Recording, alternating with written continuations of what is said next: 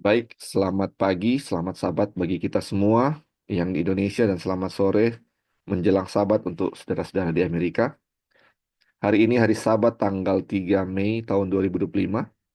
Kita akan memulai kita punya pelajaran atau Bible study dari buku Country Living ya. Ini adalah pertemuan pertama dari eh, buku atau pelajaran tentang Country Living. Waktu-waktu yang lalu kita sudah pelajari tentang perjanjian kekal. Dan semuanya kalau mau review kita bisa lihat kembali di YouTube. Semuanya sudah ada di sana.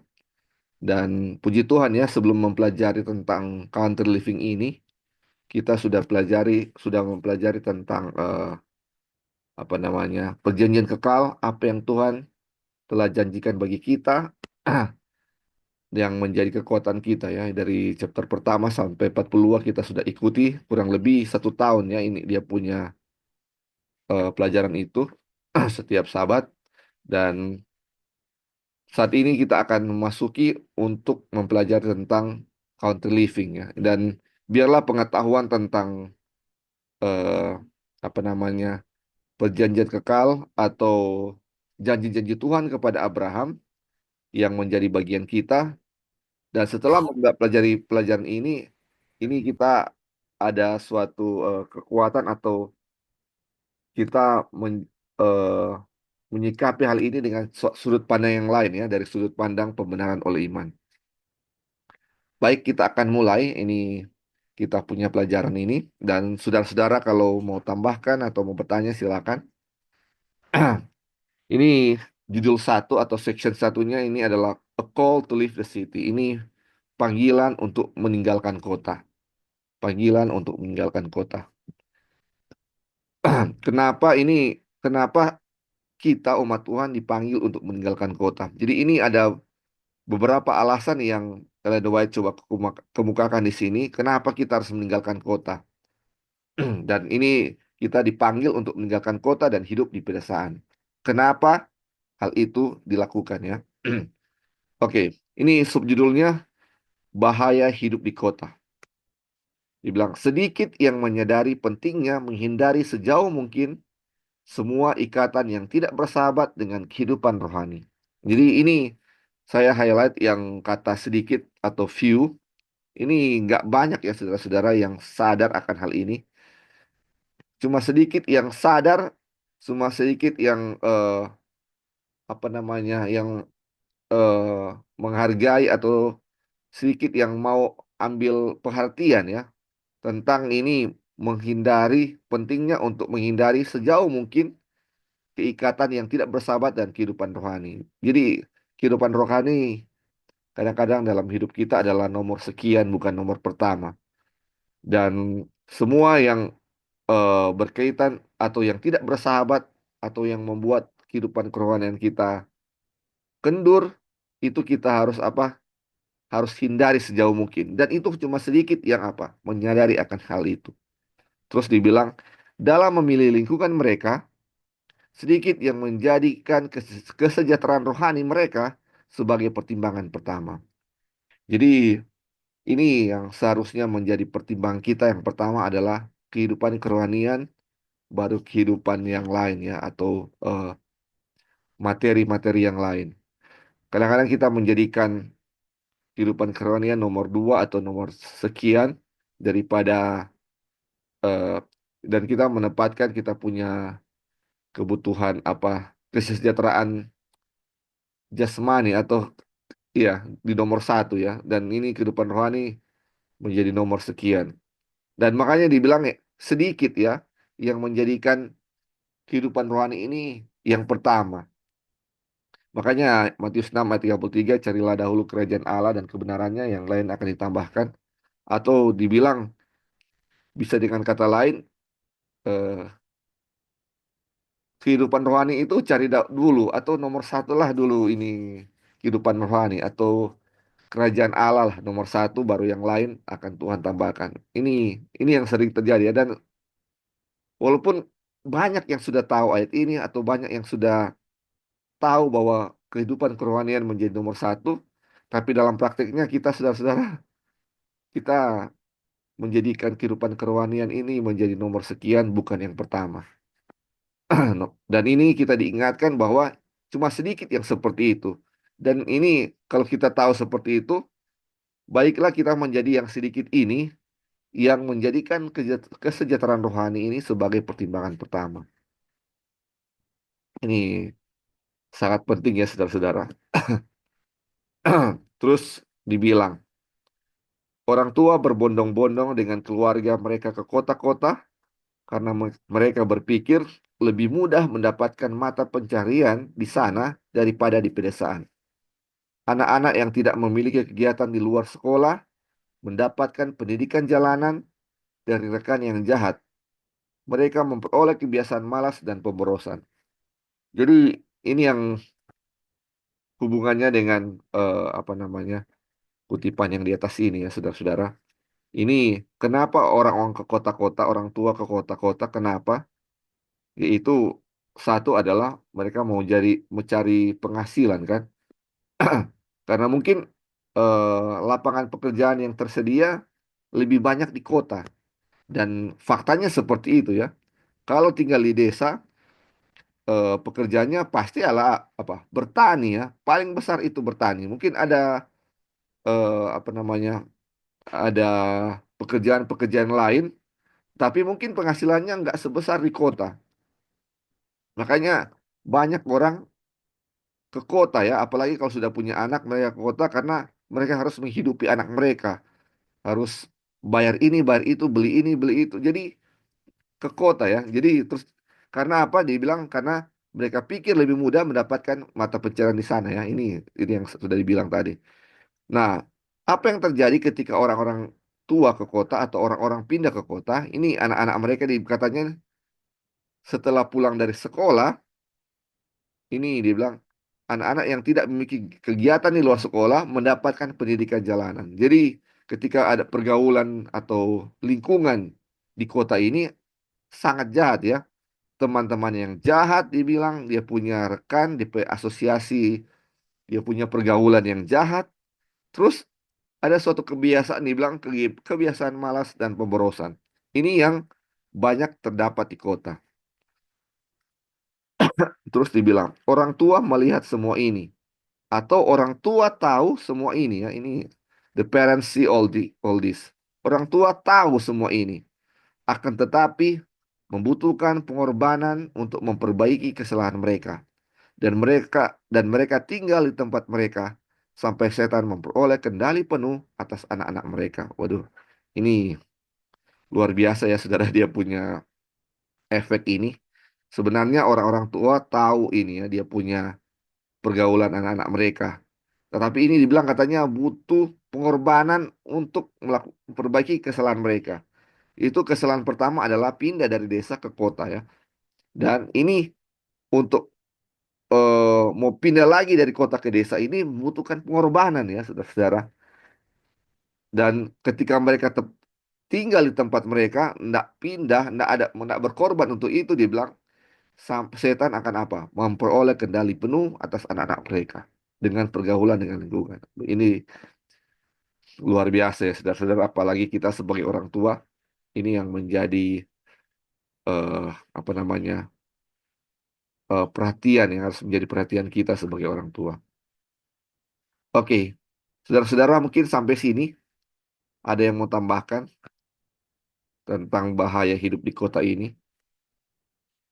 Jadi hanya sedikit yang tahu, sedikit yang sadar akan hal ini, dan kesalahannya adalah ini kita hidup di kota karena memang karena hal-hal apa namanya kebutuhan-kebutuhan jasmani ya atau ya kebutuhan-kebutuhan kebutuhan hidup untuk mencari pekerjaan, makanya banyak yang pindah. Dan itu betul seperti itu ya. Ini kita dari desa ke kota untuk cari pekerjaan agar bisa memperoleh uang untuk kehidupan ya. Dan ini harus dibilang sacrifice, butuh pengorbanan untuk hal ini. Oke, kalau belum ada kita lanjut ya.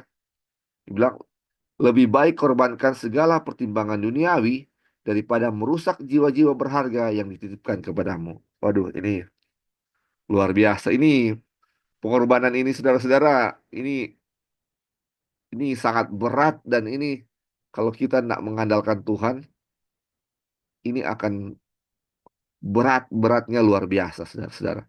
Ini bagaimana ini korbankan segala pertimbangan duniawi ini berarti apa, saudara-saudara? Mungkin kalau lagi kerja, dia harus tinggalkan dia punya pekerjaan, kok kemudian apa? Pindah ke pedesaan. Kalau tidak seperti itu, ini yang dimaksudnya korbankan pertimbangan dunia daripada merusak jiwa berharga yang dititipkan kepadamu. Terus dibilang, mereka ini atau anak-anak ini akan diserang oleh godaan dan harus diajarkan untuk menghadapi hal tersebut. Tetapi adalah tugasmu atau adalah tugas orang tua untuk memutuskan setiap pengaruh, untuk menghentikan setiap kebiasaan buruk, untuk memisahkan setiap ikatan yang membuat komitmen hatimu dan keluarga kepada Tuhan menjadi kendur dan longgar. Jadi saudara-saudara, memang kita harus ajar kepada anak-anak ya untuk menghadapi segala godaan. Tetapi kita juga selain mengajar mereka untuk menghadapi segala godaan, kita juga harus katanya apa? Cut off. Kasih putuskan itu semua apa? Setiap pengaruh yang atau kebiasaan buruk yang bisa membuat mereka dikuasai oleh setan atau mendapat kendali penuh oleh setan ya. Ini atau dibilang eh, semua ikatan yang membuat komitmen hati kita dan keluarga kepada Tuhan menjadi kendur dan longgar. Jadi, apa yang membuat kita punya komitmen kepada Tuhan menjadi kendur dan longgar, itu semuanya harus diputuskan. Itu apa saja ya saudara-saudara dibilang, apa saja. Ini harus dikorbankan. Apakah itu pekerjaan, tempat tinggal, rumah yang mewah di kota, harus ditinggalkan. Aduh, ini luar biasa saudara-saudara. Kalau pikiran kita tidak seperti pikiran apa namanya Abraham atau Ishak, di mana Abraham ketika dipanggil untuk keluar dari Ur Kasdim ya, untuk ke suatu tempat yang Tuhan dia tidak tahu di mana, saudara-saudara. Ini dia mau tinggalkan dia punya rumah. Kalau kita lihat kekayaannya di sana ya, saudara-saudara. Ini Abraham kalau dia tetap tinggal di tempatnya sendiri, kekayaannya di sana. Tetapi karena dia tahu Tuhan telah menjanjikan suatu apa? Tanah dan suatu keturunan yang besar, Tuhan janji kepada dia, di apa? Tinggalkan semuanya. Seandainya kita punya apa namanya? Kita punya pengetahuan, kita punya iman sama seperti Abraham, kita tahu bahwa kita punya tanah itu bukan di kota, tapi kita punya tanah itu di kerajaan surga. Ada suatu hal yang Tuhan akan kasih kepada kita. Nggak akan sulit untuk meninggalkan ini ya saudara-saudara. Pekerjaan atau apapun yang kita miliki di kota. Tetapi kalau kita nggak punya iman seperti Abraham, ini akan menjadi suatu hal yang sulit, saudara-saudara. Suatu hal yang sulit. Suatu hal yang sulit. Banyak orang yang ketika meninggalkan kota, mereka nggak mengandalkan iman ini, iman yang Abraham miliki ini untuk ketika mereka meninggalkan kota. Tapi mereka mengandalkan kekayaan atau uang yang mereka miliki dan pindah di desa. Akhirnya, aduh ini menjadi suatu hal yang buruk yang terjadi, bukannya eh, kesuksesan ketika mereka tinggal. Kesuksesan ini dalam arti mereka betah tinggal di desa, justru menjadi suatu kesulitan atau hal-hal yang apa namanya, eh ya menjadi kesulitan bagi keluarga mereka dan justru menjadi eh, kegagalan ketika mereka pindah dari kota ke desa ya. Dan akhirnya mereka kembali lagi ke kota. Banyak yang seperti itu ya. Terus dibilang, gantinya kota yang penuh sesak, carilah tempat tersendiri di mana anak-anakmu akan sejauh mungkin terlindung dari godaan. Dan di sana melatih dan mendidik mereka untuk hal-hal yang berguna. Nabi Yeskiel menyebutkan penyebab yang menyebabkan dosa dan kehancuran Sodom. Kebanggaan diri, kelimpahan makanan, dan bermalas-malasan ada di dalam dirinya dan di dalam diri anak-anak perempuannya. Ia juga tidak mengulurkan tangan kepada mereka, tangan kepada orang miskin dan yang membutuhkan. Semua yang ingin lolos dari malapetaka Sodom harus menghindari jejak yang membawa penghakiman Tuhan atas kota yang jahat itu. Jadi saudara-saudara, ini dibilang cari tempat sejauh mungkin di mana kita punya anak tidak terpengaruh dengan kehidupan kota. Ini eh, luar biasa. Apakah ini di tengah-tengah hutan kah? Maksudnya seperti itu atau apa maksudnya ini dari sejauh mungkin ya, sejauh mungkin. Ini so far as possible. So far as possible, sejauh mungkin. Makanya waktu dulu sempat bincang-bincang, aduh kalau kalau zaman Ellen White katanya dibilang kalau hidup di desa, kalau zaman sekarang katanya bukan desa, tapi harus di hutan. Apakah seperti itu ya? Harus tinggal di tengah-tengah hutan belantara atau seperti apa yang dimaksud di sini? Sejauh mungkin ya. Sorry, sejauh mungkin dari godaan ya. Ada yang mungkin mau tambahkan? Apa maksudnya sejauh mungkin yang di sini yang dimaksud? Sejauh mungkin supaya anak-anak ini terlindung dari godaan. Halo, Li. Ya, silakan nih, silakan. Ah, Oke, selamat pagi untuk semua. Um, jadi, untuk mau kasih background aja dulu ya, iya. untuk kenapa orang belajar country living. Karena waktu lalu orang ada Bible study, kan bangsa Hmm. Israel itu sebelum mereka keluar dari Mesir, ada persiapan untuk mereka keluar dari Mesir untuk ke tanah Kanaan, gitu. Jadi, orang juga di akhir zaman, sebelum keluar dari kota ke country living, itu Tuhan dengan penuh belas kasihan melihat kepada kita bagaimana perlunya kita untuk country living dan kita perlu untuk tahu gitu bagaimana atau persiapan apa yang kita harus buat untuk country living.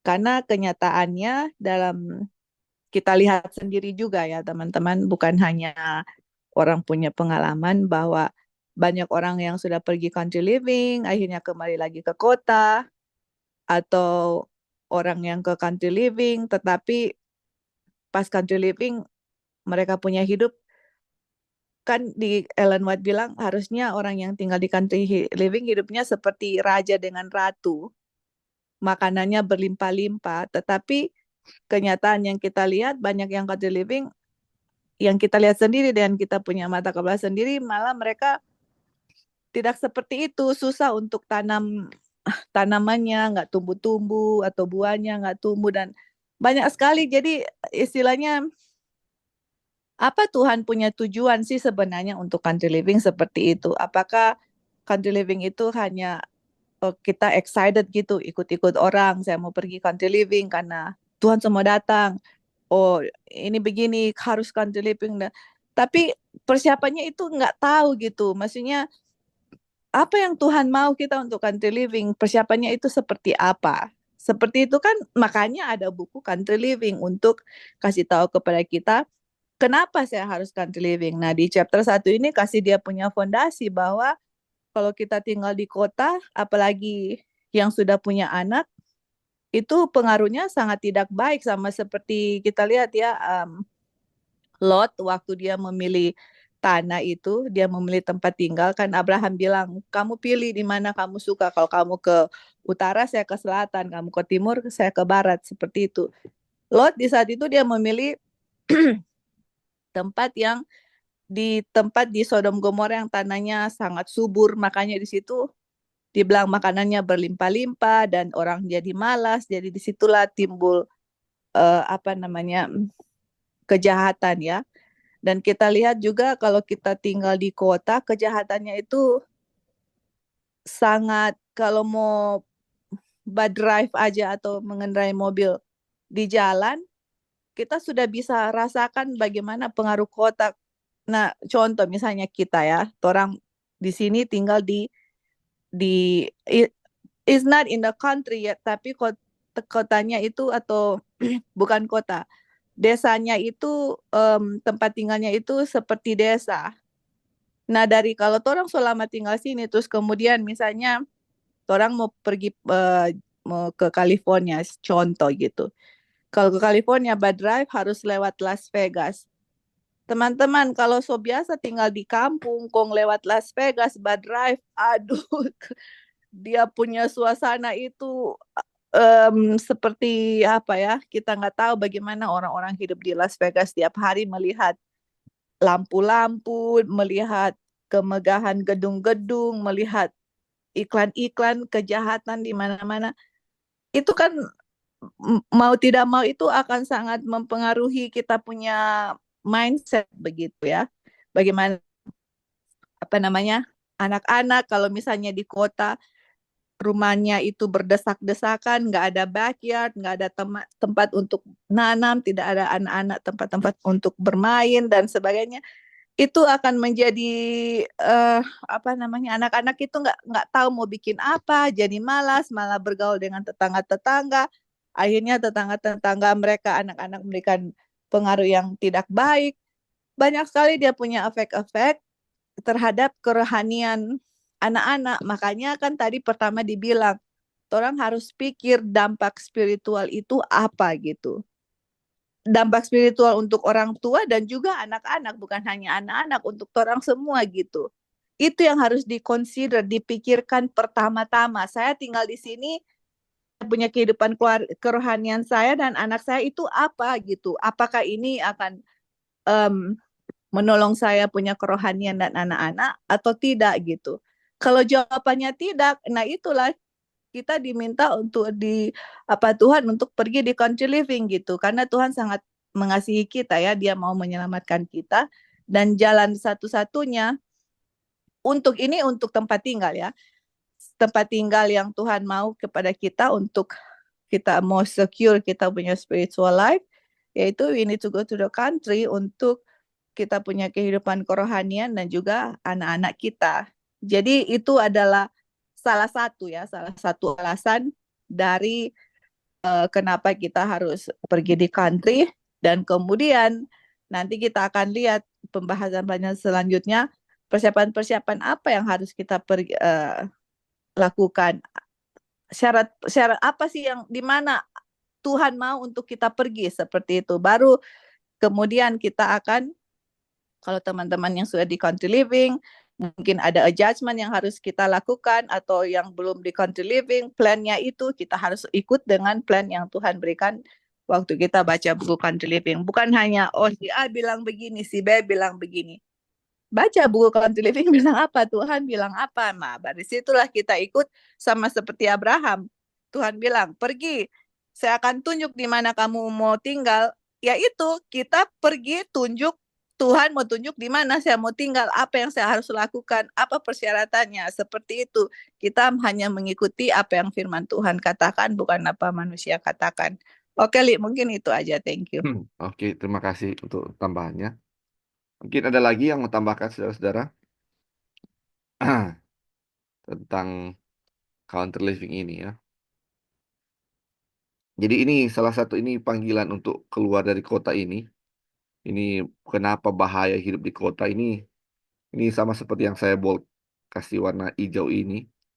Ini kenapa Sodom dan Gomora dihancurkan ya. Ini eh kalau kita baca di buku para nabi dan bapa ya.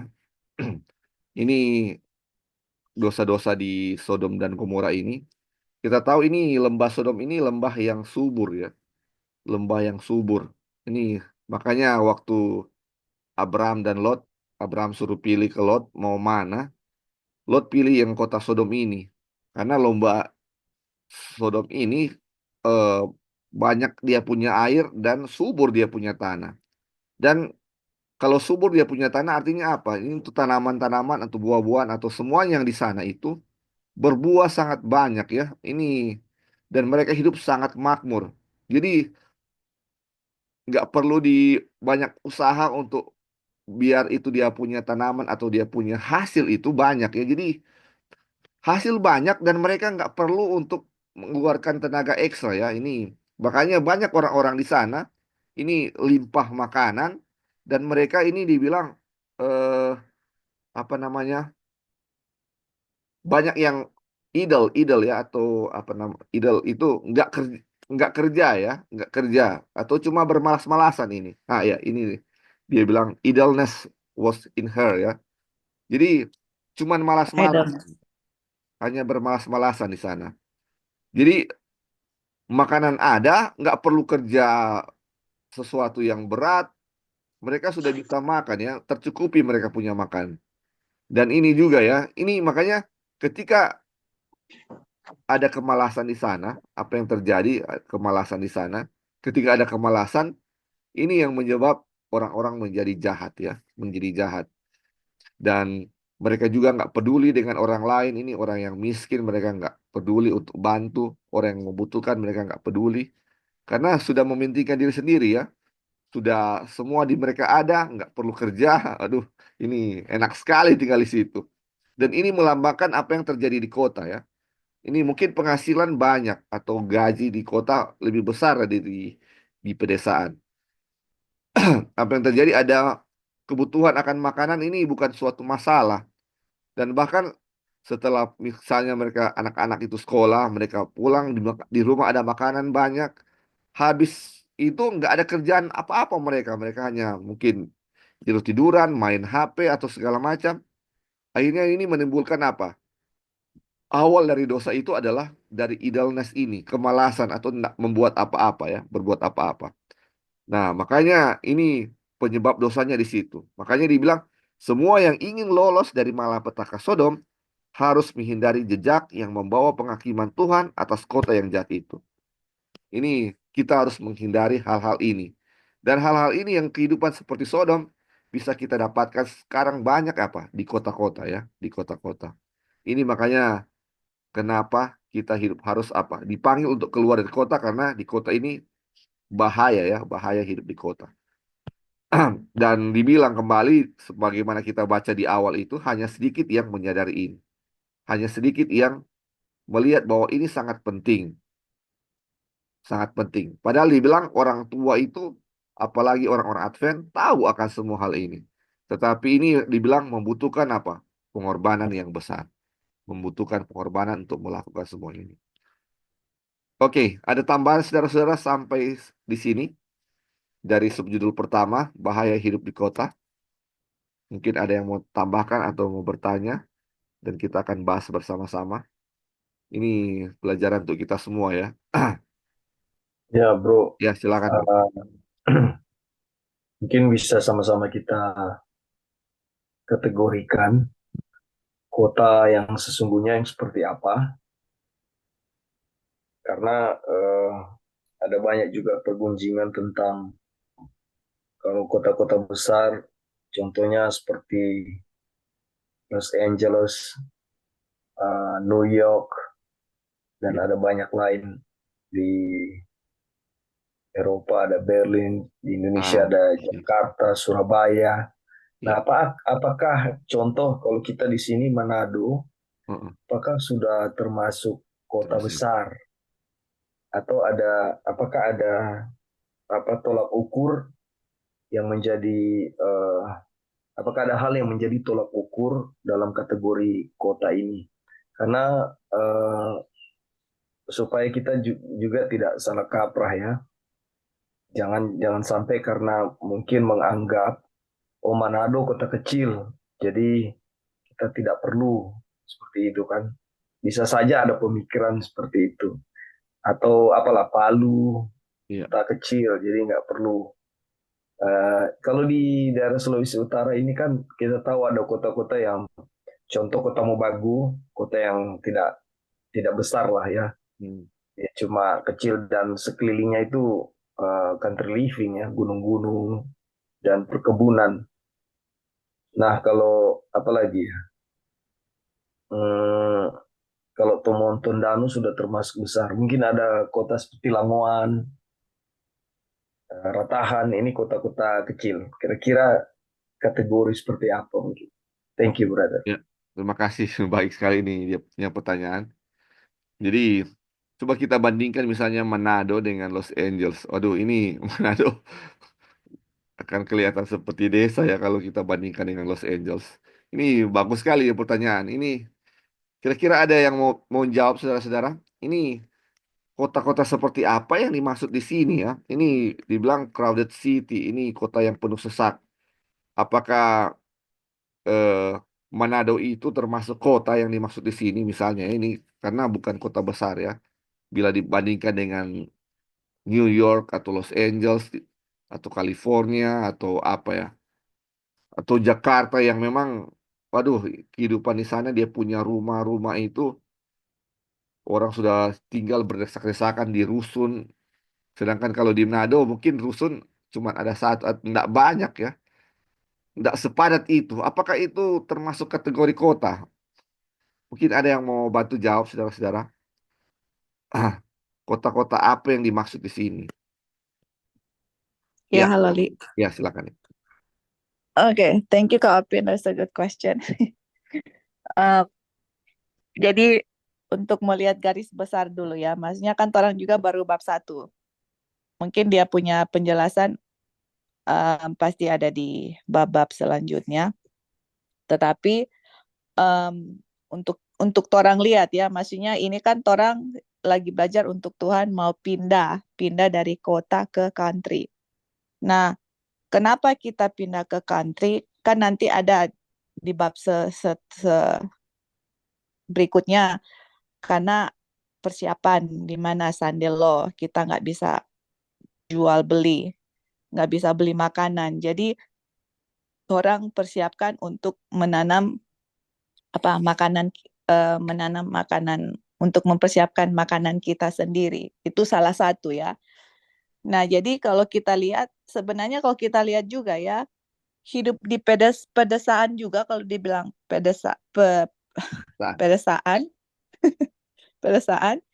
Tetapi kalau kita lihat di situ, misalnya saya hidup di pedesaan, tetapi kita nggak ada pun tanah untuk kita bisa tanam, untuk memperoleh kita punya penghasilan atau makanan sendiri, itu susah juga ya, karena kita lihat dia punya tujuan. Ini kan orang lihat secara besar apa tujuan Tuhan untuk country living seperti itu. Jadi untuk mempersiapkan salah satu ya, untuk mempersiapkan Sunday Law, nggak bisa jual beli dan kita punya makanan sendiri seperti itu. Jadi kalau misalnya kota itu kita mau kategorikan kota itu seperti apa? Apakah seperti Los Angeles, apa seperti Las Vegas? Kalau Los Angeles dengan Las Vegas itu sudah for sure ya, istilahnya memang itu kota besar dan I mean there is no excuse, you need to get out. Baru dia masuk di kota itu kalian sudah lihat sudah udaranya sangat polusi, sudah rumahnya bertumpuk crowded sekali atau berdesak-desakan. Itu tidak, memang itu kota. Nah, bagaimana kalau dengan kota-kota kecil? Misalnya kan tadi bilang Ratahan atau apa. Nah, pertanyaannya kalau saya tinggal di kota seperti itu, apakah itu memenuhi persyaratan yang Tuhan bilang tempat di mana untuk kita persiapan untuk bisa tanaman atau jadi nanti orang kan akan bahas bagaimana country living yang Tuhan mau untuk kita pergi itu seperti apa gitu. Jadi baru kita lihat, oh kalau memang ini Tuhan punya kalau seperti ini yang Tuhan mau untuk country living, kemudian saya tanya ke kita punya diri sendiri, apakah saya tinggal di sini, misalnya kota kecil, let's say lah kota kecil, apakah ini memang wilayah atau daerah yang memang Tuhan mau untuk country living atau tidak? Nah, kalau itu tidak memenuhi sesuai apa yang Tuhan bilang, yang firman Tuhan yang orang baca, berarti walaupun mau dibilang kota kecil, tapi itu tidak memenuhi persyaratan country living, ya itu yang Tuhan bilang, kita harus keluar dari tempat itu. Misalnya pun orang ya, di tempat sekarang ini, walaupun tempat tinggal orang ini tahunnya kecil, tetapi kita bukan di country living yang Tuhan bilang untuk persiapan kita untuk tanam menanam atau ada tanah yang kita bisa tanam menanam, belum ideal, belum di country living lah seperti itu. Jadi saya mau tanya, walaupun saya hidup orang bilang kota kecil, tapi apakah di situ idealnya untuk country living atau tidak? Nah, idealnya seperti apa? Nah, itu yang orang mau bahas. Seperti bagaimana sih yang Tuhan mau untuk kita pergi berapa luas tanah atau bagaimana, apakah itu sudah sesuai. Nah, kalau itu tidak sesuai, mau kota kecil atau mau kota besar, kita tetap harus ikut yang Tuhan pilih untuk kemana, sama seperti Abraham. Pergi, saya akan tunjukkan kemana kamu akan pergi. Sama seperti country living juga begitu. Pas orang baca, oh tidak sesuai ini yang saya tinggal. Mau kota kecil, mau kota besar, saya harus pergi di tempat yang Tuhan tunjukkan di mana saya pergi gitu. Mungkin itu Li, jawabannya. Thank you. Dari Oke, kita, mungkin ada teman-teman yang lain. oke, terima kasih. Mungkin eh ya, silakan ada yang lain, silakan. Um, sorry ya, perkenalkan saya Olvin, saya baru bergabung, tapi saya sudah berapa kali baca buku Country Living ini dan saya sudah country living juga. Kalau menurut saya soal kota besar, mungkin sebagian dari kita berpikir bahwa kota itu kayak tempat. Tapi setelah saya jalani country living, tidak hanya termasuk tempat, tetapi gaya hidup.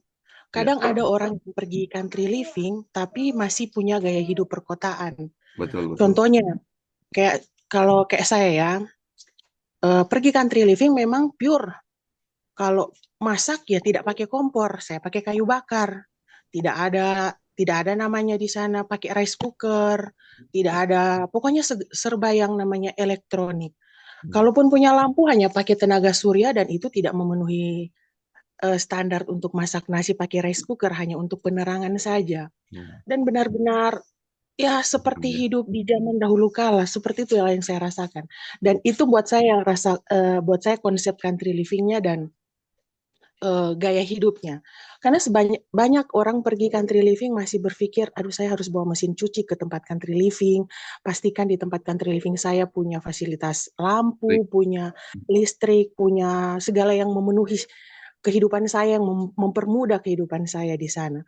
Tapi waktu saya baca di sini ada bilang, adalah tugasmu untuk melangkah menghilangkan setiap pengaruh, mematahkan setiap kebiasaan, memutuskan setiap ikatan yang menghalangimu untuk menyerahkan dirimu dan keluargamu kepada Tuhan dengan bebas, terbuka, dan sepenuh hati. Kemudian dibilang, sebagai ganti kota yang penuh sesak, carilah tempat yang sepi di mana anak-anakmu akan sejauh mungkin terlindung dari cobaan, latihlah dan didiklah mereka. Waktu pernah saya mau kasih kesaksian 1 minggu yang lalu, saya tidak punya uang sama sekali. Dan saya tinggal di country atau di desa. Dan selama 1 minggu tidak ada uang, tapi saya tetap bisa makan karena di sekeliling saya punya banyak sekali stok makanan. Ada sayur gedi, ada pucuk labu, ada labu siam, ada banyak sekali makanan yang bahkan yang tidak saya tanam itu bisa saya makan. Dan saya berpikir, kalau saya tinggal di kota dengan gaya hidup saya di kota, mungkin banyak bilang, karena kota penuh sesak. Tidak. Coba bayangkan saudara yang tinggal di kota dan semua di kota serba beli. Di kota listrik bayar, gas beli, air beli, semua beli, bahkan ikan, sayur semua beli. Tapi waktu saya di country atau di desa, saya 1 minggu tidak mengeluarkan uang karena tidak ada uang. Dan saya berpikir, coba kalau saya tinggal di kota, bukan karena lingkungannya yang sesak, tapi perut saya juga bisa sesak karena tidak bisa makan, tidak bisa berbelanja. Mau belanja dari mana? Tidak ada uang. Mau ambil makanan dari mana? Tidak ada tanaman yang saya hasilkan. Dan banyak sekali hal yang bisa ini. Dan memang bilang adalah memutuskan setiap pengaruh, termasuk pengaruh berbelanja saya, ketergantungan saya terhadap uang. Karena pada ujung-ujungnya kan segala sesuatu tidak bisa kita akses kan, tidak bisa berbelanja, tidak bisa berjualan. Ya, apalah yang bisa kita usahakan itu yang harus kita latih sejak saat ini. Kalau tidak terbiasa berkebun, tidak terbiasa menanam, tidak tahu cara berkebun, tidak tahu cara menanam, itulah yang harus dilatih. Melatih diri saya sebagai orang tua, supaya saya bisa melatih anak saya juga untuk melakukan hal yang sama. Dan terlebih dari itu, kayaknya banyak orang berpikir, kota besar, Manado besar, kota Los Angeles. Padang di desa saja di tempat kami tinggal di dekat sini, bisa 1 bulan punya kejahatan di sini sudah 3. Pemerkosaan, pembunuhan, pencurian. Itu di desa loh. Hmm. Jadi tidak perlu tunggu besarnya kota atau padatnya ini. Kayaknya memang pengaruh itu akan ada. Jadi dibilang, makanya saya garis bawahi di sini, carilah tempat yang sepi, di mana anak-anakmu akan sejauh mungkin terlindung dari cobaan. Bahkan di desa pun bukan tempat yang sepi sekarang. Desa punya banyak sekali akses-akses. Punya internet yang 24 jam, punya apalagi Alfamart, Indomart yang sangat dekat yang memang menjamin itu sudah seperti gaya hidup kota.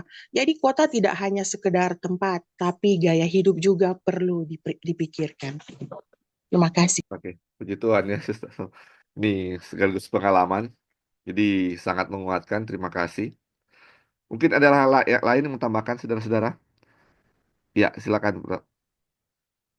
Ya, jadi kalau tadi pertanyaan dari segi ukuran kota, namun kita akan temukan di pelajaran ini bahwa yang menjadi ukuran nanti sebenarnya adalah bukan eh, Besar kecil. luasnya kota tersebut, tapi pengaruh-pengaruh yang Ya, seperti tadi Sister baru uraikan. Dan itu benar. Jadi eh, saya teringat dulu pendeta Raffles Lumingkewas ya, kalau nggak salah, saya lupa nama Watulingas. pendeta itu. Watulingas. Sorry, Watulingas. Beliau bilang begini, itu waktu itu sekitar 27 tahun yang lalu, ada acara di Unclub, kebetulan saya hadir. Dia bilang begini, sebenarnya yang disebut pedesaan itu di mana? Dia justru bertanya kepada kita, di mana itu pedesaan itu? Dia bilang, di mana akses internet juga sudah masuk. Memang pada waktu itu belum seperti sekarang ya. Tetapi apa yang beliau bilang itu adalah menggambarkan kejadian saat ini. Sekarang uh, segala sesuatu sangat mudah walaupun ada di hutan. Ada telepon satelit. Kalau kita pakai apa namanya jaringan internet yang baru sekarang yang dimiliki oleh mungkin Brother ingat apa namanya uh, ini yang lagi top sekarang. Sorry, Starlink ini kan ada yang land sama marine. Nah, kalau kami di laut pakai dua itu, ada yang marine, ada yang land. Nah, kalau kapal lagi berjalan dan posisi kita dekat darat, itu internet land itu dapat. Jadi bisa akses walaupun tidak ada kota di sekeliling kita atau desa. Dan begitu juga ini bisa dibawa di mana saja. Memang itu saat ini masih agak mahal sedikit. Tetapi itu bisa dipakai. Artinya mau diterjemahkan sebenarnya tidak ada tempat untuk sembunyi. Ya, tidak ada tempat untuk sembunyi bagi uh, kita jika motif kita muncul country living untuk sembunyi. Ya, karena dulu di awal-awal sekitar 5-6 tahun lalu kita sering berdebat. Ada yang pergi jauh sekali, aksesnya susah ke tempat country living, dan pada akhirnya ada yang komentar bahwa oh jangan sembunyi seperti itu kan. Jadi saudara-saudara yang saya mau bilang adalah marilah kita belajar dari buku Country Living ini detail. Sekiranya dengan pertolongan Tuhan kita bisa hadiri setiap Bible study untuk lebih lihat lebih detail lagi apa yang kita pelajari ini supaya jangan salah kaprah lagi. Karena saya pun salah satu korban bagaimana kita ambil keputusan ke country living itu dengan salah. Seperti itu. Tergesa-gesa karena Tuhan sudah mau datang. Ya. Jadi ingat kembali ke pertanyaan tadi, bukan ukuran kota. Ya. Karena kalau kita mau ambil ukuran kota, Manado itu yang luasnya 157 meter persegi, sementara Los Angeles itu 1.200 meter persegi. Jadi memang kita bisa lihat kegilaan yang terjadi di sana. Saya belum pernah ke sana, tapi saya sudah lihat dari internet dan eh, bagaimana besarnya kota, bagaimana kebisingan kota. Dan memang kalaupun kota Manado ini memberikan pengaruh yang buruk, kalau saudara ikuti berita-berita sekarang, terjadi penikaman sana sini, di Bitung terjadi apa itu panah wire sana sini dan tidak berhenti sudah berapa bulan. Tadi malam juga baru ada kejadian penikaman. Ini pengaruh-pengaruh yang sangat tidak baik. Terima kasih, brother, Oke, kesempatan. terima kasih bro. Jadi ini hendaknya kita hilangkan ya ini punya pikir. Ini kadang-kadang jadi perdebatan itu kota seperti apa, atau apakah big city atau kota besar atau kota, semua kota yang dimaksud di sini ya. Jadi ini kita sudah jelas ya. Jadi ini bukan masalah besar kecilnya kota, tetapi apa pengaruhnya di situ. Makanya dibilang di sini sebenarnya yang saya bold kuning ini, dia bilang the parents see all this. Semua orang tua melihat atau semua orang tahu, semua orang tua tahu ya dia punya apa namanya pengaruh ini. Mau di kota besar, kota kecil kita bisa lihat pengaruhnya ada pengaruh enggak kejahatan dan kita bisa lihat dan kita tahu nggak ada kota yang nggak terpengaruh dengan hal kejahatan ini ya. Terus yang kedua yang dibilang untuk country ini kata country ini juga jadi perdebatan. Apakah desa seperti dibilang sister tadi ya, desa-desa juga di sekeliling di desa juga banyak kejahatan saudara-saudara, banyak pencurian, dia punya kehidupan juga di sana, anak-anak muda di sana juga banyak yang sekali yang nakal, mabuk-mabukan dan segala macam. Makanya inilah oh harus ke ini ke makanya dibilang ini harus ke apa sejauh mungkin ya, so far as possible. Terus ini seperti dibilang Brother Dolphin tadi ya, ini makanya ada yang cari ke tempat yang sangat jauh bahkan aksesnya susah dan justru menyusahkan mereka ya akan ke sana. Dan iya itu jadi aduh jadi gimana juga ya. Jadi suatu hal yang menyusahkan mereka ya. Makanya ini apakah ini country ini sama dengan jungle atau hutan? Apakah definisi country ini sama dengan hutan ya? Ini dia punya masalah, dia punya perdebatan ya. Kalau dulu dibilang kalau waktu zaman Ellen White katanya dibilang country itu mungkin masih hutan waktu itu. Masih banyak. Kalau mungkin katanya di zaman sekarang kita country itu sudah bukan desa tetapi sudah hutan. Harus di tengah-tengah di mana ya. Sangat jauh sekali. Dan itu jadi perdebatan dan banyak orang yang bukannya melangkah ke sana jadi berdebat di hal-hal seperti ini ya. Ini pengertian kota besar, kota kecil, pengertian country atau jungle ya atau desa seperti apa yang dia akan dimaksud di sini.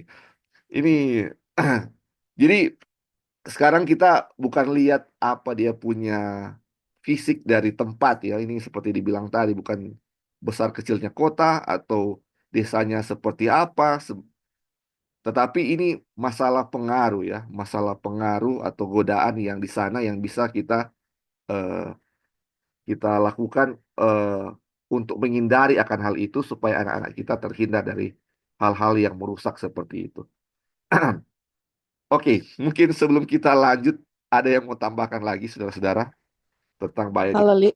Ya, silakan, silakan. Ya, jadi mungkin ada hal-hal yang orang perlu garis bawahi dulu. Jadi kan ini baru permulaan, baru bab 1. Belum selesai lagi bab 1. Jadi seperti ini ya, namanya orang hidup di dunia, mau kemanapun kejahatan itu tetap ada. Itu nggak bisa kita hindari. Tetapi yang kita bisa hindari itu adalah pengaruh-pengaruh yang, karena kita mau tinggal dimanapun kan tetap pengaruh kejahatan, istilahnya kejahatan itu tetap ada dimanapun kita pergi. Tetapi dia punya bahaya kalau tinggal di kota itu kan pengaruhnya itu lebih besar daripada kita tinggal di pedesaan. Nah sekarang untuk apa namanya yang untuk orang mau pergi di mana itu kan nanti orang akan bahas apa di mana situasi bagaimana sih yang Tuhan inginkan orang untuk pergi seperti itu kan itu nanti ada dia punya pelajarannya. Nah kemudian untuk yang tadi Sister tadi sudah tambahkan itu itu apa namanya memang betul ya, kebanyakan orang-orang yang pindah dari kota membawa gaya hidup dari kota ke country. Dan yang kita lihat sendiri juga adalah orang-orang sudah tinggal di country tetapi tetap aja belanja makanan harus turun dari gunung untuk pergi beli makanan di market. Nah, kemudian yang kita lihat juga adalah yang kita melihat juga kan orang ini tinggal di seluruh dunia, di mana-mana gitu ya.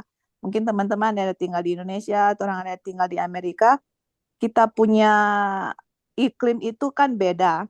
Jadi ada teman-teman juga yang tinggal di sini adalah mereka menggunakan tenaga listrik pakai air. Dan mereka punya anak 5 apa 6. Jadi kalau musim dingin itu harus ada laundry sama baju pengering. Jadi mereka menggunakan tenaga air dan juga solar system untuk mereka pakai untuk untuk mengeringkan baju mereka gitu. Nah, jadi memang mungkin kalau di Indonesia mungkin dia punya musim itu panas sama hujan, bisa jemur baju di luar. Tapi kalau di sini musim salju kita nggak bisa bikin apa-apa, harus pakai tenaga listrik.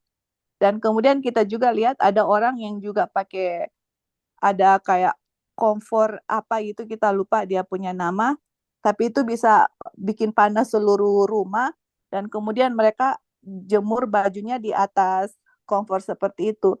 Tetapi intinya adalah yang kita mau tekankan di sini adalah ada kutipan Ellen White yang bilang seluruh earthly support akan di cut off, atau seluruh apa yang misalnya ya, kita lampu bayar listrik, kita harus bayar tenaga listrik, bayar air kita harus, itu semua akan di cut off. Nah sekarang pertanyaannya, apakah saya bisa survive tanpa mereka support kita? Apakah saya bisa hidup tanpa ambil dari mereka gitu? Nah itulah yang mungkin teman-teman yang lain, yang teman-teman yang sudah country living, yang pakai lampunya nggak perlu bayar listrik, airnya sudah ada sumur sendiri. Nah itu yang kita harus pikirkan untuk country living gitu, bagaimana saya untuk tidak bergantung kepada sistem pemerintah untuk saya harus bayar gitu.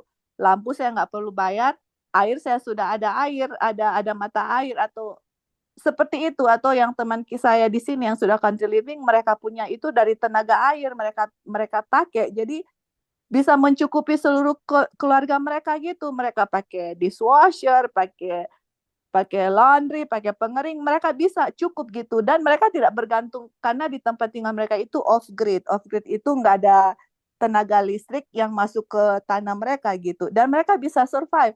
Banyak orang begitu gitu. Jadi sesuai kebutuhan kita di mana, dan lebih-lebih di country living itu lebih kita untuk bisa independen, istilahnya nggak bergantung kepada saya harus beli ini, saya harus bayar ini.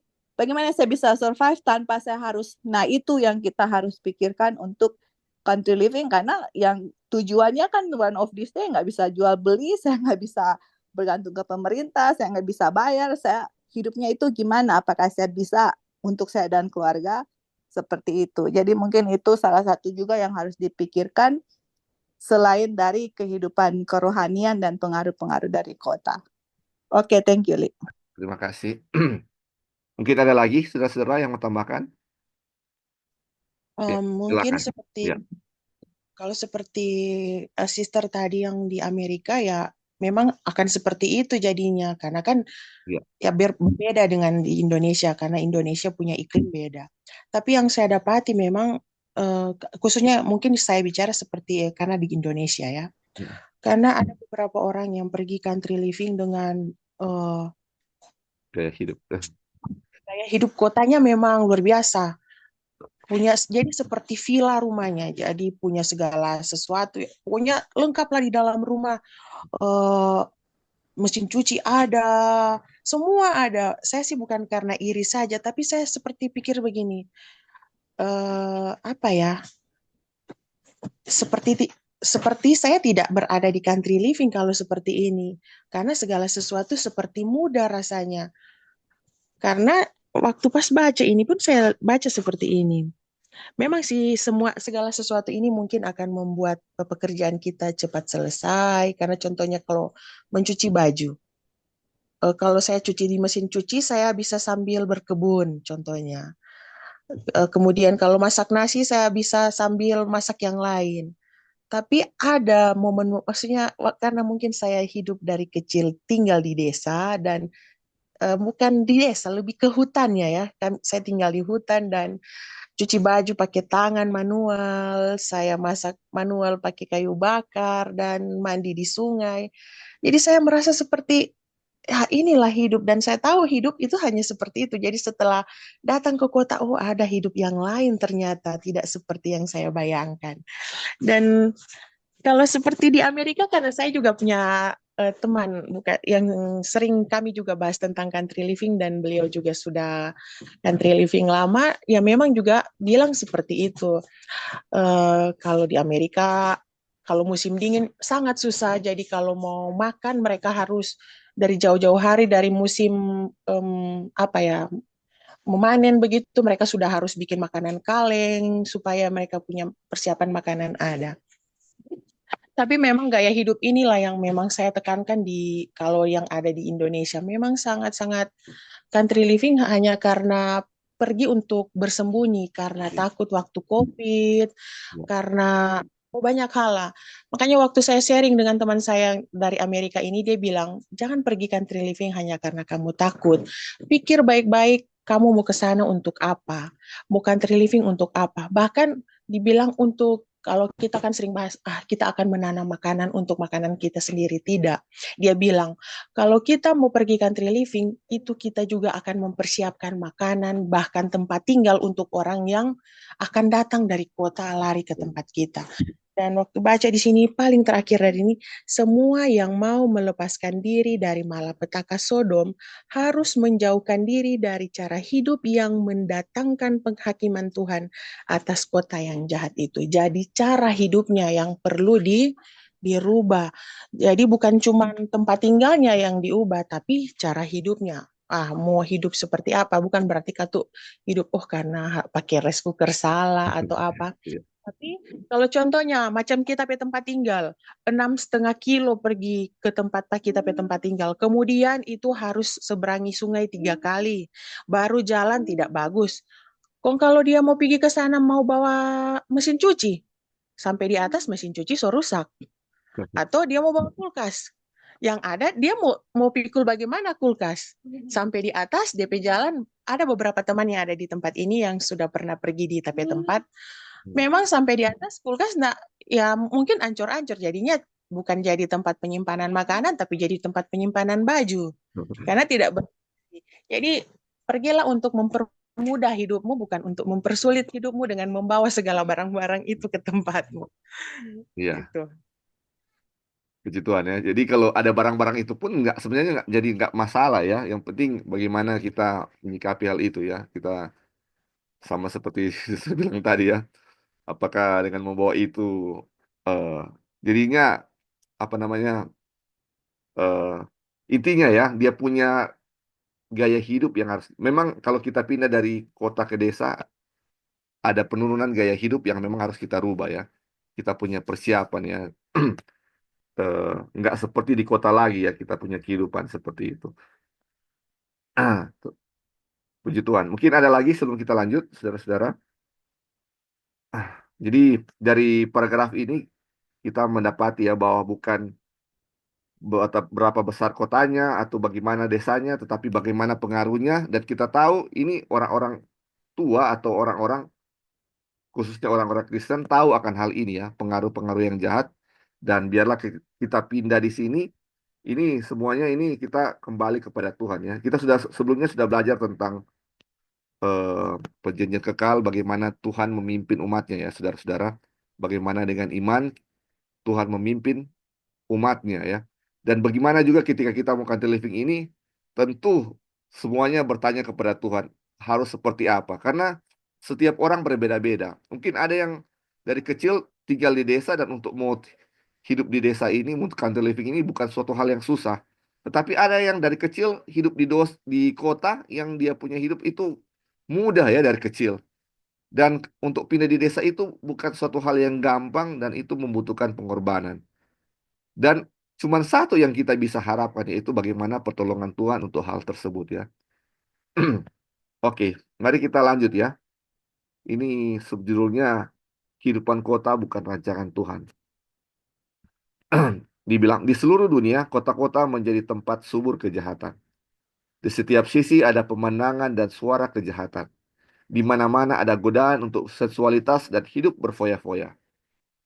Gelombang korupsi dan kejahatan terus meningkat. Setiap hari tercatat kekerasan, perampokan, pembunuhan, bunuh diri, dan kejahatan yang tak terduga. Jadi saudara-saudara, ini yang saya bacakan ini, yang Ellen White tulis ini betul ya, ini setiap hari kita dengar akan hal ini. Ada pembunuhan, maupun ada bunuh diri, aduh ini luar biasa. Sering sekali ya kita dengar akan hal ini. Dan betul, ini bukan cuma terjadi di Manado atau di kota mana, tapi terjadi di seluruh dunia. Terus dibilang, kehidupan di kota-kota adalah kepalsuan dan penipuan. Hasrat kuat untuk mendapatkan uang, pusaran kegembiraan dan pencapaian kesenangan, kehausan akan tampilan yang menarik, kemewahan dan kehidupan berfoya-foya, semuanya adalah kekuatan dengan tekanan besar untuk manusia. Tekanan besar umat manusia mengubah pikiran dari tujuan hidup yang sebenarnya. Mereka membuka pintu kepada beribu kejahatan. Pada masa muda, mereka memiliki kekuatan yang hampir tak tertahankan. Aduh, ini betul ya, saudara-saudara. Ini hidup di kota ini penuh dengan hal-hal yang ini ya, saudara-saudara. Bayangkan seperti dibilang tadi ini, kalau hidup di kota, kalau tidak ada uang, apalagi misalnya kita nggak ada keluarga, bisa mati kalau nggak ada uang, nggak bisa beli makanan ya, saudara-saudara. Dan kalaupun kita punya uang, ini kita akan ini untuk apa namanya eh, dorongan untuk tampil menarik, untuk mewah, itu ada terus ya. Bagaimana ketika kita lihat orang atau teman kita seperti apa, kita juga mau seperti itu ya. Ketika kita lihat mereka misalnya ada sesuatu yang baru atau apa, mobil yang baru atau apa, aduh mau seperti itu. Atau baju yang baru. Ini tampilan untuk selalu ini mau jadi yang bagus atau menarik selalu ada ya. Ini dan ini dibilang menjadi tekanan besar untuk umat manusia ya. Menjadi tekanan yang besar untuk umat manusia. Terus dibilang pada masa muda ini mereka memiliki kekuatan yang hampir tak tertahankan. Jadi sama seperti Elmet bilang ya, untuk kehidupan di kota menjadi 10 kali lebih sulit daripada kehidupan di desa. Sedangkan di pedesaan saudara-saudara itu sudah sulit ya. Apalagi kalau menjadi 10 kali lebih sulit. Ini akan sangat apa ya saudara-saudara. Kalau 10 kali lebih sulit akan menjadi suatu hal yang hampir mustahil ya untuk kita bisa menghadapi masalah ini. Makanya hidup untuk pindah ke desa ini adalah suatu hal yang sangat penting ya, sangat penting. Oke, mungkin ada yang mau tambahkan sebelum kita lanjut. Oke, kalau belum ada kita lanjut ya. Salah satu godaan yang paling halus dan berbahaya yang menyerang anak-anak dan remaja di kota-kota adalah cinta kesenangan dunia. Banyaknya hari libur, permainan dan pacuan kuda menarik ribuan orang dan pusaran kegembiraan dan kesenangan menarik mereka dari tugas-tugas hidup yang bijaksana. Uang yang seharusnya disimpan untuk keperluan yang lebih baik dihabiskan untuk hiburan. Jadi, saudara-saudara, ini salah satu pengaruh kota ya yang sangat mempengaruhi kerohanian adalah bagaimana banyak hiburan di kota. Betul sekali ya. Banyak tempat-tempat hiburan di kota, baik bagi anak-anak, bagi orang dewasa juga sangat banyak ya. Dan untuk ke tempat-tempat hiburan itu juga tetap kita tuh harus kita bayar, harus pakai uang. Dan uang-uang yang ini katanya yang harusnya disimpan untuk suatu keperluan yang baik, yang penting, kita habiskan untuk hal-hal seperti itu. Terus dibilang, melalui korporasi dan hasil dari serikat buruh dan pemogokan, kondisi kehidupan di kota terus menjadi semakin sulit. Masalah serius ada di depan kita, Dan bagi banyak keluarga, pindah dari kota akan menjadi sesuatu hal yang penting. Nah, ini saudara-saudara ya. Terus dibilang lingkungan fisik di kota-kota seringkali membahayakan kesehatan. Kewajiban terus-menerus untuk kontak dengan penyakit, prevalensi udara kotor, air yang tercemar, makanan yang buruk, tempat tinggal yang padat, gelap, dan tidak sehat adalah beberapa banyak keburukan yang harus ditemui. Saudara-saudara, ini yang dibilang ya, kenapa kita harus tinggalkan kota ya. Dia punya pengaruh yang jahat, terus ini juga pengaruh fisik atau lingkungan yang membahayakan kesehatan. Ini ya, jadi di kota-kota itu membahayakan dua hal, secara rohani, terutama rohani dan fisik ya, jasmani. Ini yang apa namanya, dia punya efek ke rohani dan jasmani sangat luar biasa, makanya dibilang harus pindah ya, harus pindah. Terus dibilang bukanlah maksud Tuhan bahwa orang harus berduyun-duyun ke kota-kota, berkumpul bersama di teras dan rumah susun. Pada awalnya dia menempatkan orang tua pertama kita di tengah pemandangan indah dan suara-suara yang dia inginkan agar kita bersukacita hari ini. Semakin hampir Semakin kita hampir selaras dengan rencana awal Tuhan, semakin menguntungkan posisi kita untuk mengamankan kesehatan tubuh, pikiran, dan jiwa. Jadi, saudara-saudara, ini tujuannya adalah bagaimana untuk kita menjaga kesehatan rohani, kesehatan tubuh, pikiran, dan jiwa. Ini bukan maksud Tuhan untuk apa katanya, kita tinggal di kota berduyun-duyun atau berkumpul, apa ya, dia bilang ya berkumpul ya terlalu banyak di kota-kota ya seperti ini. Dan tujuan Tuhan adalah bagaimana seperti Adam dan Hawa pertama kali diciptakan itu di tengah-tengah alam ya, di tengah-tengah eh, apa namanya ya, bukan bukan seperti itu ya di kota-kota, tapi bagaimana tinggal seperti di country ya, mereka makan dari apa yang Tuhan telah berikan bagi mereka, langsung dari apa yang Tuhan berikan kepada mereka. Selain tubuh mereka sehat, jasmani mereka sehat, rohani mereka pun apa? Sehat. Oke, saudara-saudara sampai sini ada mungkin mau tambahkan? Ini beberapa hal yang dari awal kita sudah baca bagaimana kenapa kita harus meninggalkan kota karena hal-hal ini ya, hal-hal yang dia punya efek tidak bagus untuk kerohanian dan jasmani kita. Oke, kita lanjut. Kalau Ya, silakan, silakan, silakan. ya, Li, jadi ini benefit kedua ya yang orang so baca sampai di sini, bahwa pertama-tama kan tadi Lali so bilang yang orang so baca tadi bahwa kerohanian yang harus dipikirkan lebih dahulu untuk memilih tempat tinggal.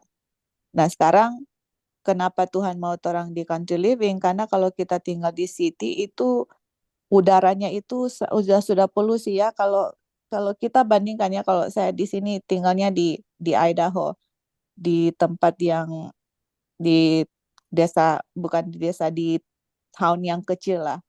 Kemudian terus saya pergi ke California. Kalau pergi California di Los Angeles, itu saya mau lihat ke langit, teman-teman. Kalau di sini kita bisa lihat langitnya warna biru, ada awan-awan yang bergantungan di langit.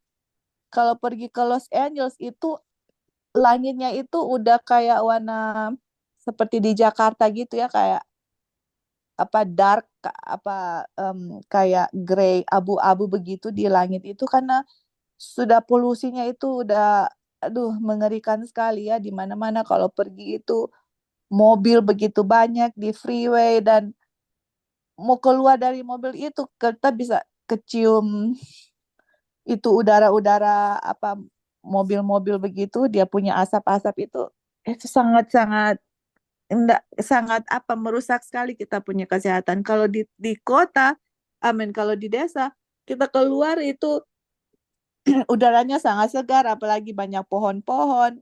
Itu pengaruh kesehatan itu sangat terpengaruh di daerah di mana kita tinggal. Itu udara, kemudian air. Sedangkan kita tinggal di sini ya, terus kemudian pergi di tempat teman-teman kita misalnya yang sudah country living, kita bisa bandingkan dia punya rasa air itu beda sekali. Kalau di sini rasa kayak ada something yang mereka taruh di air itu rasanya nggak enak sekali. Tapi kalau pergi teman-teman yang ada sumur sendiri di country minum airnya enak sekali gitu. Dan kita tahu ya maksudnya dari segi udara dan segi air kan udara itu setiap hari kita hirup. Bayangkan kalau kita hirup udara dari kota yang penuh dengan polusi, bagaimana kita punya tubuh. Kemudian air minum. Minum itu saya minum setiap hari kan air. Nah, kalau kita minum air yang sudah tercemar, itu gimana di efek di tubuh kita? Terus sekarang kita tanya, Tuhan kan mau untuk kita hidup sehat ya, Iya. hidup benar-benar hidup sehat. Dan kalau memang di tempat kita tinggal itu tidak menjamin akan kesehatan kita, makanya Tuhan punya solusi. Nah, untuk supaya kamu sehat, kamu butuh air yang bersih, kamu butuh udara yang bersih, dan di country itu adalah tujuannya itu adalah untuk supaya kita hidup sehat, mana kita minum air bersih dan hidup udara yang sehat. Oke, mungkin itu aja, Li. Thank you. Ya, terima kasih. Jadi kalau kita lihat ya dari apa yang kita sudah baca 2 paragraf awal, ini bagaimana apa yang paling penting, kebutuhan utama itu kehidupan rohani. Baru kalau urutan kedua itu bukan kekayaan atau apa ya saudara-saudara, tapi yang kedua itu kesehatan. Jadi 2 poin pertama ini adalah kehidupan rohani dan kehidupan kesehatan yang ditekankan di awal-awal sini ya. Dan bagaimana kesehatan dan kehidupan rohani ini sangat penting bagi kita ya, bagi kita. Dan ini kenapa harus dikatakan harus pindah? Karena di kota ini kehidupan kerohanian dan kesehatan sangat merusak ya, sangat merusak. Kita akan menjadi jahat seperti orang-orang di kota dan kesehatan kita juga akan menurun ya. Bagaimana kita akan memberitakan Injil ya atau menjadi apa namanya alat Tuhan untuk memberitakan Injil kepada orang lain kalau kita ini sakit dengan hal-hal yang kita alami ya seperti air kotor, udara kotor yang kita dapatkan di kota. Makanya ini dibilang untuk apa? Tinggal di desa. Ini 2 hal ini poin penting ini yang dikemukakan di sini ya, saudara-saudara. Oke, terima kasih untuk tambahnya. Kita lanjut ya. Mungkin ini subjudul terakhir sebelum kita tutup dan akan kita lanjutkan besok. Ini subjudulnya roh ketidakpastian atau loitering spirit ya. Ini Ellen White bilang, saya tidak bisa tidur sampai lewat jam 2 pagi. Semalaman saya berada di sebuah pertemuan. Saya memohon kepada beberapa keluarga untuk memanfaatkan sarana yang diberikan Tuhan dan pergi dari kota untuk menyelamatkan anak-anak mereka. Berapa mengambang atau tidak pasti ya, berapa loitering, mengambang atau tidak mengambil langkah pasti. Malaikat yang berbelas kasihan dengan terburu-buru membawa Lot, istrinya dan anak-anak perempuannya dengan memegang tangan mereka. Seandainya Lot bergegas seperti yang diinginkan Tuhan kepadanya, istrinya tidak akan menjadi tiang garam. Lot terlalu banyak memiliki roh ketidakpastian. Jangan sampai kita seperti dia. Suara yang sama yang memperingatkan Lot untuk meninggalkan Sodom meminta kita, keluarlah dari antara mereka dan pisahkanlah dirimu, dan jangan menyentuh yang najis. Mereka yang mematuhi peringatan ini akan mencari perlindungan. Biarkan setiap orang sadar untuk dirinya sendiri dan mencoba menyelamatkan keluarganya. Biarlah setiap orang mempersiapkan dirinya untuk pekerjaan itu. Tuhan akan mengungkapkan dari satu titik ke titik berikutnya apa yang harus dilakukan selanjutnya. Dengarkanlah suara Tuhan melalui Rasul Paulus. Kerjakanlah keselamatanmu dengan takut dan getar, karena Tuhanlah yang melakukannya di dalam kamu, baik kemauan maupun pekerjaan menurut kerelaannya. Lot menginjakkan Lot menginjak keluar dengan berat hati dan langkah yang terlambat. Dia sudah begitu lama bergaul dengan para pekerja kejahatan, sehingga dia tidak bisa melihat bahaya yang ada sampai istrinya menjadi tiang garam selama-lamanya. Waduh, ini luar biasa, saudara-saudara. Ini kutipan terakhir kita, ini tentang roh ketidakpastian ya. Jadi ini dibilang ya, ini ketika Tuhan amarkan untuk tinggalkan kota ya, untuk tinggal di pedesaan ini, kita harus sama seperti kita jangan seperti Lot ya, jangan seperti Lot yang apa namanya berlambat-lambatan. Tetapi ini ini yang menjadi kadang-kadang saudara-saudara tentang country living ini ada yang bilang jangan terburu-buru, tapi ini dibilang ini ketika malaikat membawa ini Lot dan keluarganya ini dengan buru-buru membawa mereka keluar. Ini kira ini menjadi suatu hal yang ini ya. Bagaimana apa maksudnya? Ketika kita mengambil langkah untuk country living, kita nggak boleh terburu-buru. Dan apa dan kalau kita baca ini kutipan, malaikat ini membawa Lot dan keluarganya sepertinya in hurry ya, kayak terjemahnya kayak terburu-buru seperti itu. Ini maksudnya apa? Apa terburu-buru ini? eh, Pengertian terburu-buru ini kita harus apa ya nama cepat-cepat ketika dapat ini kita harus cepat-cepat ke sana atau apa yang harus kita pikirkan ya harus kita ini sebelum kita mengganti living. Kira-kira ada yang mau eh, jawab atau mau kasih tambahan saudara-saudara? Apa maksud terburu-buru ini ya? Apakah kita ini jangan berlambatan ini? Maksudnya kita ketika dapat ini ada kesempatan langsung pergi ya? Atau apa yang harus kita lakukan ya? Ini yang menjadi pertanyaan ya. Waktu lalu kita belajar bahwa kita ketika dapat ini, ketika bilang oh Tuhan semua datang, harus harus cepat-cepat. Terus dibilang jangan cepat-cepat, nanti karena seperti ada yang orang yang terburu-buru, akhirnya ketika waktu living balik lagi ke kota. Ini seperti apa maksudnya di sini ya, yang terburu-buru ini? Mungkin ada yang mau tambahkan? Ya, silakan bro. Ya, kalau kita lihat dari konteks yang kita baca ini, Ya, hmm, malaikat yang berbelas kasihan dengan terburu-buru membawa Lot, istrinya dan anak-anak perempuannya dengan memegang tangan mereka. ya, Jadi ada seruan panggilan ya untuk keluar karena kita tahu Sodom dan Gomora dibinasakan, ya kan? Lalu ada momentum di mana mereka harus keluar. Nah, di saat mereka keluar dikatakan harus keluar. Seperti itu kan bahasanya. Dan kita tahu apa yang terjadi setelah itu. Mereka di dalam posisi keluar, sedang keluar, tetapi hati istri Lot itu ada masih di dalam kota. Apa yang dia pikirkan? Hartanya lah, hmm, segala sesuatu yang dia harus tinggalkan. Nah, sementara panggilan keluar itu mereka sedang jalani dan akhirnya kita tahu ceritanya jadi tiang garam. Saudara-saudara, ini jadi pelajaran penting. Saya dengar tadi juga sudah sempat disinggung ya. Beberapa hal tadi saya dengar. Jadi tergesa-gesa ini jangan sampai dimaksudkan seperti yang sudah kami alami. Tergesa-gesa artinya, ayo kita harus country living, tinggalkan pekerjaan, tinggalkan semua hal-hal yang kita pikir waktu itu harus kita tinggalkan, sehingga mengakibatkan penderitaan di sisi kita.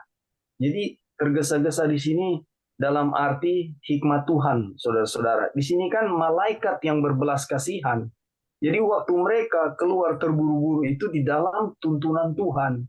Bukan karena kita yang ketakutan sudah mau sandelo atau Tuhan sudah mau datang, jadi kita harus kasih tinggal kota, semua kita harus kasih tinggal. Artinya motif kita keluar untuk meninggalkan kota itu salah. Ya. Lalu dalam proses juga ketika kita harus keluar, jangan juga hati kita masih ada di dalam, wah susah sekali, mau tinggalkan rumah saya mewah, mobil saya mobil-mobil mewah. Bagaimana saya mau bawa ke hutan-hutan? Ini tidak bisa masuk ke hutan ini mobil mewah saya, mobil sport saya. Bagaimana nanti? Siapa yang mau ambil nanti? Perusahaan saya bagaimana? Bisnis saya bagaimana? Ini hal-hal yang akan menghambat, menyulitkan kita. Tapi kalau kita ambil dari kutipan di sini, the angels of the mercy hurried Lot. Jadi ini ada dalam proses tuntunan Tuhan. Hendaknya kiranya ini dari saya ya, karena saya mengalaminya, keluar keluar dengan motif ketakutan, pergi country living dengan motif ketakutan, membuat saya menderita. Jadi jika saudara-saudara akan melangkah ke country living, biarlah doa yang tidak putus-putus, meminta tuntunan kepada Tuhan agar segala sesuatu dari awal untuk melangkah itu ada di dalam perlindungan Tuhan. Jadi jangan pakai istilah yang dulu kami pakai, melangkah saja nanti Laut Merah akan terbuka. Kami lupa bahwa sebelum melangkah Laut Merah terbuka, itu bangsa Israel ada persiapan yang dibuat. Sehingga mereka melakukan perjalanan itu keluar dari tanah Mesir. Jadi kalau firman Tuhan kita salah artikan, akibatnya adalah suatu penderitaan bagi kita. Kenapa? Itu pilihan kita. Tuhan tidak minta seperti itu. Tuhan mau dengan cara Tuhan. Terima kasih, brother. Iya, bro. Makanya sering kan kita bilang yang sama Brother David bilang tadi, mari kita melangkah dengan iman. Tapi setelah kita melangkah dengan iman, nggak tetap tinggal dalam iman itu ya.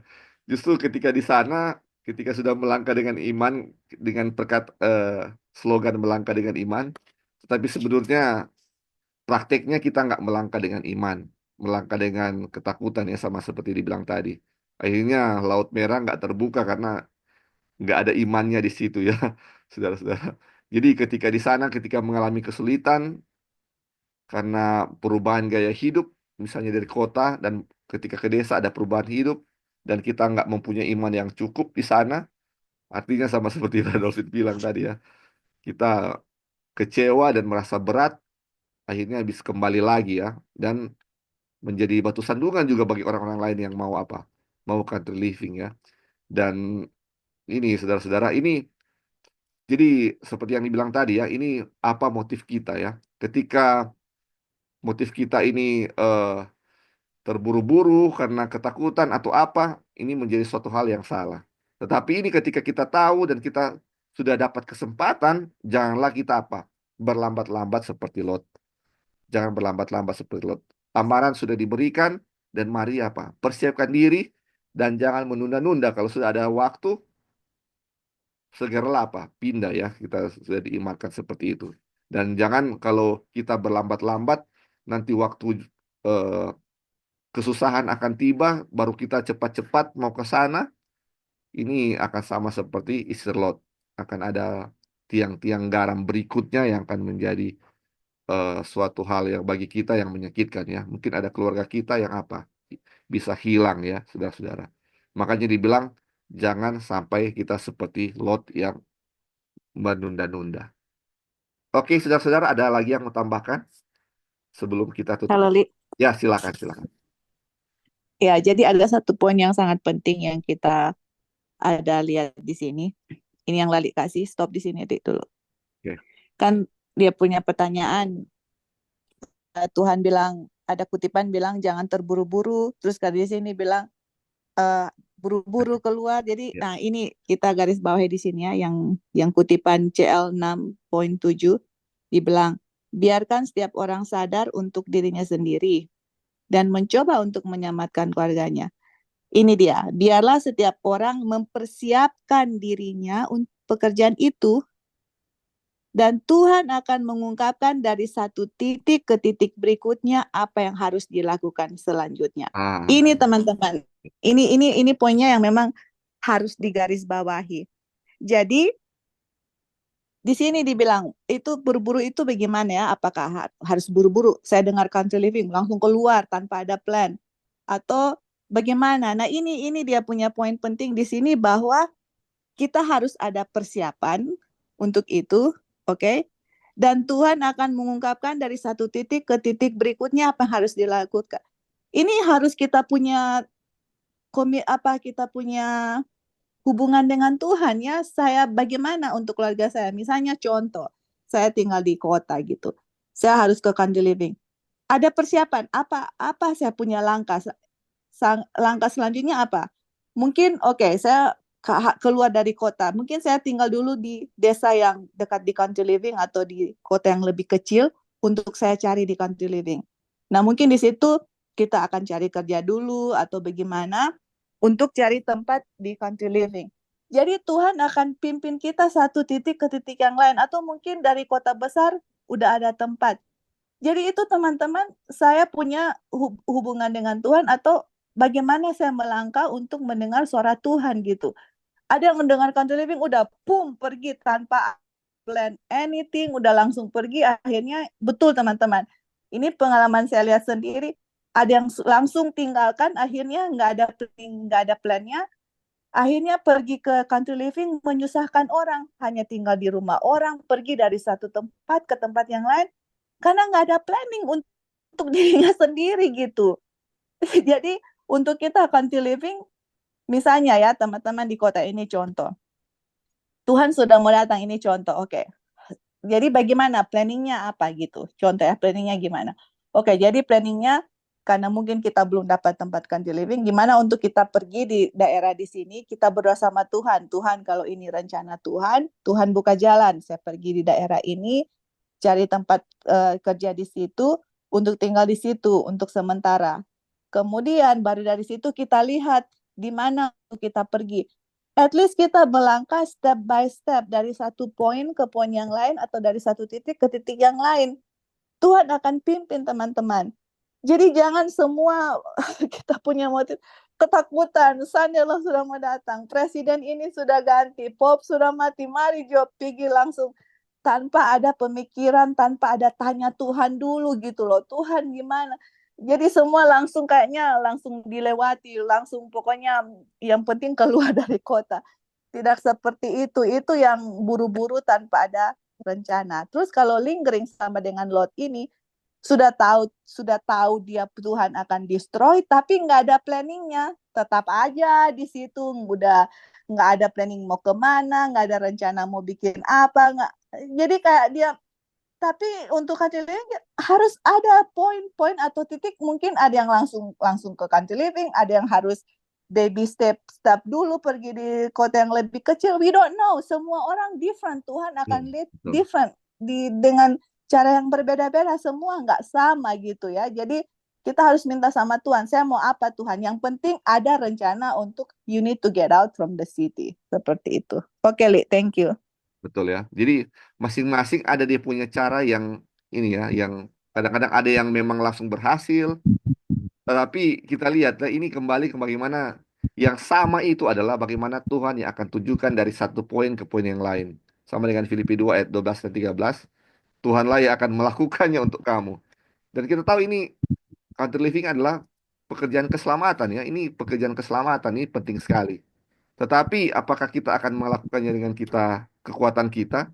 Ini baiklah bilang Tuhanlah yang melakukannya dalam kamu, baik kemauan untuk country living maupun untuk apa? Pekerjaan untuk mau ke country living itu Tuhan yang apa? Lakukan untuk kita. Itu dia punya kunci di ayat ini ya, saudara-saudara. Oke, ada yang mau tambahkan, saudara-saudara? Silakan sebelum. Ya, silakan. Mungkin seperti yang Kak Joy tadi bilang, persiapan-persiapan, dan kebanyakan yang pergi living itu hanya berfokus untuk mempersiapkan dana Iya, dan lahan. betul. Lagi kayak banyak orang yang gagal pergi country living, sudah pergi di country living kemudian kembali lagi. Satu juga karena tidak mempersiapkan anggota keluarganya. Karena banyak yang kayak contoh orang tua. Orang tua karena dia berpikir dia mendapatkan pekabaran ini, dia bawa semua keluarganya tanpa mempersiapkan keluarganya. Maksudnya lebih khusus kepada orang tua yang sudah punya anak-anak remaja ataupun pemuda. Itu banyak kan yang gagal karena anak-anak ini tidak siap, karena tidak dipersiapkan. Ya, Mereka tidak dipersiapkan untuk pergi ke sana, sehingga setelah sampai di sana mereka seperti, kenapa ada di sini, bikin apa di sini, dan gaya hidup yang mereka tidak terbiasa jadi membuat mereka tidak betah di sana. Jadi makanya memang tidak hanya dana yang perlu dipersiapkan, tidak hanya tempat yang perlu dipersiapkan, tetapi semua anggota keluarga harus dipersiapkan supaya di saat itu tiba, di saat Tuhan suruh keluar, memang harus keluar karena semua anggota sudah siap, sudah dipersiapkan, dan sudah memang benar-benar sudah siap untuk meninggalkan kota. Jadi memang kalau seperti contoh ada teman kami di sini, dia sangat bingung. Dia sudah dapatkan pekabaran suami istri. Sementara anak-anak ini belum mendapatkan, anak-anak ini belum dipersiapkan. Jadi waktu mereka sudah ambil keputusan untuk keluar, untuk pergi country living, dan otomatis mereka harus berbicara dengan anak-anak. Dan anak-anak memberikan persyaratan. Dan kebanyakan dari orang tua zaman sekarang tidak melibatkan anak-anak dalam pembicaraan untuk pergi. Jadi mereka hanya memutuskan sendiri untuk karena pikir saya sebagai kepala keluarga, saya harus menyelamatkan keluarga saya harus membawa keluarga saya tanpa berunding dengan keluarga, berunding dengan anak-anak, mempersiapkan anak-anak ini supaya mereka bisa siap di tempat itu. Jadi memang perlu juga untuk berpikir jangan hanya saya sudah dapatkan pekabaran, saya harus cepat-cepat pergi tanpa mempersiapkan anggota keluarga. Makanya saya dapatkan dari kasus Lot, di sini malaikat Tuhan yang penuh rahmat menyuruh Lot dan istrinya dan putri-putrinya. Itu berarti Lot sudah harus mempersiapkan keluarganya supaya keluarganya ini siap untuk pergi. Kenapa istri Lot tidak bisa pergi dan menjadi tiang garam? Karena tidak dipersiapkan Ya, dengan baik, tidak dirundingkan dengan baik sehingga mereka sepakat untuk pergi. Dan itu memang perlu sebagai kepala keluarga, sebagai ibu rumah tangga, memang semua harus dilibatkan. Terima kasih. ya, terima kasih. Puji Tuhan, betul sekali ya. Ini yang paling penting adalah persiapan keluarga. Orang yang akan pindah itu yang paling penting. Kebanyakan kita banyak dia punya persiapan dari tempatnya ya, saudara-saudara. Tempat kita mau tinggal itu yang kita fokuskan pertama untuk siapkan itu. Tapi kita lupa untuk mempersiapkan siapa orang-orangnya yang akan pindah ke sana. Kita sendiri, istri kita, anak-anak kita yang kita lupa untuk persiapkan pindah ke sana. Nah, akhirnya setelah tempatnya ada kita pindah akan jadi suatu hal yang bukan menyenangkan, tetapi mungkin pertengkaran yang ada di sana ya, saudara-saudara, karena tidak nyaman tinggal di sana. Puji Tuhan ya, betul sekali, sis. Ya, silakan. Ada tambahan. Ya, silakan. Ya, betul sekali ya yang kita pelajari ini tentang Lot dan persiapan untuk ke sana. Jadi persiapan kerohanian juga sangat penting. Kita Iya, tahu Lot keluar dari Sodom dan Gomora kan dipaksakan. Dan mereka tinggal di pegunungan gitu. Pegunungan tinggal di gua lagi. Apa yang terjadi? Lot mabuk sana dan anak-anaknya kan sehingga melahirkan dua keturunan, Moab dengan Amon. Jadi anak pertama melahirkan Moab, yang kedua Amon, dan kita tahu apa yang terjadi dengan dua keturunan ini. Mereka adalah musuh utama bangsa Israel. Moab ini bangsa penyembah berhala. Berhala mereka adalah Kemos, dan Amon ini dewa Molek yang mereka sembah, di mana persembahkan anak-anak yang dipersembahkan. Jadi walaupun sudah jauh ke pegunungan yang terjauh dari kota, tapi kalau nggak ada persiapan spiritual itu sama aja, Li. betul sekali. Jadi seperti yang tadi bilang, jangan keluar dari kota ke pegunungan kong nggak dipersiapkan dengan sebaik-baiknya. Yang tadi Sis bilang itu betul sekali. Jadi ini cuma penekanan aja. Oke, thank you, Li. Puji Tuhan, itu betul ya. Orang-orang yang mau dipindahkan situ yang paling penting untuk dipersiapkan ya. Bukan hanya tempat, mungkin tempat nomor dua ya, saudara. Nomor satu adalah orang-orang yang akan pindah. Puji Tuhan ya. Ini kita bisa lebih mengerti apa yang Tuhan mau untuk kita lakukan. Dan kembali ini untuk mempersiapkan tempat, terutama orang-orang itu, biarlah kita menyerahkannya kepada Tuhan ya.